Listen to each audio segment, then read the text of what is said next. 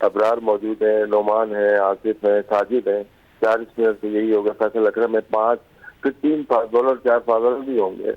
تو یہ بہت زیادہ پلیئرز ہیں میرے خیال سے, کم پلیئرز ہونے چاہیے ہمارے, اور آگے ڈومیسٹک بھی شروع ہو رہی ہے. جہاں تک شاہین آفریدی کا تعلق ہے, ان کو T20 کی پرفارمنس پہ لے کے آیا گیا ہے. ڈائریکٹ کوئی بھی نہیں جا رہا فرسٹ کلاس کھیلنے, تھوڑا سا کھیلنے میں پتہ چلے فرسٹ کلاس کیسی ہے. تو لیکن ہمیں امید ہے کہ جو ساؤتھ افریقہ یہاں پہ مجھے لگتا ہے کہ تھوڑا سا ٹربل ہوگی ساؤتھ افریقہ کو یہاں. میں اس حوالے سے بھی بات کرتا ہوں. احمد, آپ بتائیے گا, آپ ٹیم کو دیکھ کر آپ کی کیا رائے ہے؟ بالکل, آپ نے خود ہی اپنے انٹرو میں بولا ہے, صاحبزادہ فرحان کی بات کی ہے. کرکٹ آگے کو موو کر رہی ہے. اگر آپ انگلینڈ کو دیکھیں گے, آسٹریلیا کو دیکھیں گے, تو آپ کو پتہ لگے گا کہ کس اسٹرائک ریٹ سے کھیلا جاتا ہے. تو میں سرپرائز ہوں بہت زیادہ صاحبزادہ فرحان کا نام نہ دیکھ کے. ایک واحد تو پلیئر ہے جو پلیئر لگ رہا ہے, جس کو کھیلنا آتا ہے, اور جس کی 4 ڈے کرکٹ میں اس نے پورا گرائنڈ کھایا ہوا ہے. اس کے 4 ڈے کے سٹیٹس بہت زبردست ہیں. ایک طرف پاکستان کرکٹ بورڈ یا سلیکٹرز کیا کرتے ہیں, وہ یہ کرتے ہیں کہ جو T20 میں پرفارمنس کرتا ہے اس کو ہر جگہ گھما پھرا دیتے ہیں, اور دوسری طرف ایک بچہ انڈیا کے خلاف 3 میچوں میں پرفارمنس کیا ہے, واحد پلیئر لگا ہے, اور اس کے بعد ڈومیسٹک میں 4 ڈے کے اندر بھی اس کے زبردست سٹیٹ ہیں. اس کا نام نہ دیکھ کے میں بہت سرپرائزڈ ہوا ہوں. اور دوسری طرف اگر آپ بات کریں گے آصف افریدی کی, دیکھیے اچھے بالر ہے, ایکسپیرینس بالر ہے. وابڈا میں نے ان کے ساتھ ڈریسنگ روم شیئر کیا ہے, بالنگ کرنی آتی ہے. لیکن سوال وہی پیدا ہوتا ہے کہ ابھی تک کہاں تھے؟ 39 سال 40 سال کی عمر کے اندر اگر وہ کھیل رہے ہیں, اس کا مطلب یہ ہے کہ آپ کے پاس اور کوئی نہیں ہے. نہیں تو جس طرح آپ نے پہلے ان کو نہیں کھلایا تھا, آپ نے تو ابھی بھی ان کو نہیں کھلانا تھا. لیکن مسئلہ یہی ہے کہ ڈیولپڈ کوئی نہیں ہے, اپنا کام صحیح طریقے سے نہیں ہوا ہے. اور دوسرا شاہزیب بھائی, ایک پوائنٹ بہت امپورٹنٹ ہے, مجھے بتائیں کہ جو لڑکے T20 کھیل رہے تھے, چلیں وہ تو ٹھیک ہے, دوسرے لڑکے جن کی فارم آلریڈی ہے نہیں اور وہ پاکستان کے اندر موجود تھے, مجھے یہ بتائیے کہ 4 ڈے کرکٹ ہو رہی تھی, یہ کیمپ زیادہ ضروری ہے؟ پلیز راشد بھائی بھی مجھے اس کا جواب دے دیں. یا یہ جو میچز چل رہے تھے, ان پلیئرز کو وہ میچز کھیلنے چاہیے تھے جو ہو رہے ہیں؟ راشد بھائی اگر پلیز اگر آپ مجھے جواب دے سکیں اس چیز کا. راشد صاحب, اس بات کا بھی جواب دیجیے گا, اور یہ بھی کہ جو اب اس وقت ٹیم کو دیکھ کے ایسا لگ رہا ہے وہی بہت ہی اسپننگ وکٹ ہوگی, 3 دن والے ٹیسٹ میچ ہوں گے, بیٹنگ کے لیے کچھ نہیں ہوگا, یہی لگ رہا ہے؟ جی, ٹرننگ ٹریک ہوگی, ایسے ہی لگ رہا ہے. بہت سارے اسپنرز ہیں ہمارے پاس, اور 2 تو ہمارے بڑی عمدہ بالر ہیں. سب نے دیکھا, ساجد نعمان 40 میں تھے, 38 آؤٹ کیے تھے انہوں نے لاسٹ ٹائم. جہاں تک ڈومیسٹک کی بات ہے, حنیف محمد ٹرافی ہو رہی تھی, وہ گریڈ 2 ہے. اس میں سے most of the player grade 1 والے پلیئر ہیں. ہو سکتا ہے کہ اسی وجہ سے, کیونکہ فیصل اکرم کا میں دیکھ ہی رہا تھا, وہ گریڈ 2 میں انہوں نے پرفارمنس دی ہوئی ہے, ابھی آؤٹ کیے ہوئے انہوں نے. اور آفریدی نے بھی, فیصل نے بھی یہیں پہ آؤٹ کیے ہوئے, تو میں یہاں سے ان کو لیا ہے. جس طرح سے انہوں نے فیصل, آصف آفریدی نے 5 میچ میں 33 آؤٹ کیے ہوئے, فیصل اکرم نے 4 میچ میں 28 آؤٹ کیے ہوئے. تو یہ کھیل رہے تھے, یہ ابھی کھیل رہے تھے, ایک ملتان سے کھیل رہے تھے, ایک پاٹا سے کھیل رہے تھے. لیکن باقی جو پلیئرز ہیں وہ گریڈ 1 کے ریجن کے ہیں, شاید اس وجہ سے وہ پارٹیسپیٹ نہیں کر پائے. اس کے بعد گریڈ 1 ہوگی, آپ کی ڈپارٹمنٹ کی ہوگی, تو اس میں وہ پارٹیسپیٹ کریں گے. لیکن تھوڑا ویٹ کر لیتے ہیں, کیونکہ آگے جاگیے ہمارا پہلے 2 ٹیسٹ میچز ہیں جو کہ ٹیسٹ چیمپئن شپ کے ہیں, اور یہ ہمیں چانس لگ رہا ہے کہ یہاں سے ہم دونوں میچ جیتنا ضروری ہے پاکستان کے لیے, اور آگے اپنی پلاننگ کریں, اپنے پلیئرز کو فرسٹ کلاس میں ڈالیں جن کو کھلانا چاہتے ہیں. شہزادہ فرحان نے 23-24 کے سیزن میں 1000 رن کیے ہوئے ہیں, انہوں نے کافی رن کیے ہوئے ہیں. کامران غلام نے رن کیے ہوئے ہیں, ان کو ہم نے ڈراپ کر دیا تھا, اب دوبارہ آئے ہیں وہ, تو اس میں مل رہا ہے ان لوگوں کو. لیکن جو احمد نے بات کی شہزادہ فرحان کی, وہ اچھی چوائس ہو سکتے تھے. اور احمد, آپ سمجھتے ہیں کیونکہ ہم ہوم پر بھی ہارنے لگے تھے, اس کے بعد یہ ٹرننگ وکٹس بنانا, اور ٹیسٹ میچز میں ہم نے دیکھا ساجد نعمان کا کمبینیشن زبردست, اسی فارمولے کے ساتھ آگے بڑھا جائے, ٹھیک ہے؟ جی, بیسٹ طریقہ یہی ہے. آپ کا اسپننگ ٹریک ہونے چاہیے, 3-3.5-4 دن کے اندر میچ ختم ہونا چاہیے. آپ کے پاس اسپنرز آ رہے ہیں, اب ہوپ فلی انف ٹائم تھا شاہزیب بھائی, ہمیں پتہ لگ گیا تھا کہ ہماری اسٹریٹجی کیا ہے, ہماری پوری ٹیسٹ ٹیم کو پتہ ہے کہ اسٹریٹجی کیا ہے. ہوپ فلی اسپن پہ کام کیا ہوگا آف سیزن کے اندر, ریورس سویپ پہ سیکھی ہوں گی, سویپ مارنا سیکھا ہوگا اسپنرز میں. تو آئی تھنک یہی ہماری اسٹریٹجی ہونی چاہیے, اور یہی ہماری اس ٹائم پہ اسٹرینتھ ہے. I have seen lot of captains as well, اور پاکستان کے کپتان بھی گزرے ہوئے ہیں, سارے کپتان کرنٹ ٹیم کے تھے بھی. تو گریڈ 2 بھی ہو رہی ہوتی تھی, تو وہ میچ پریکٹس لینے کے لیے وہ کھیلتے تھے, ان کو شوق تھا.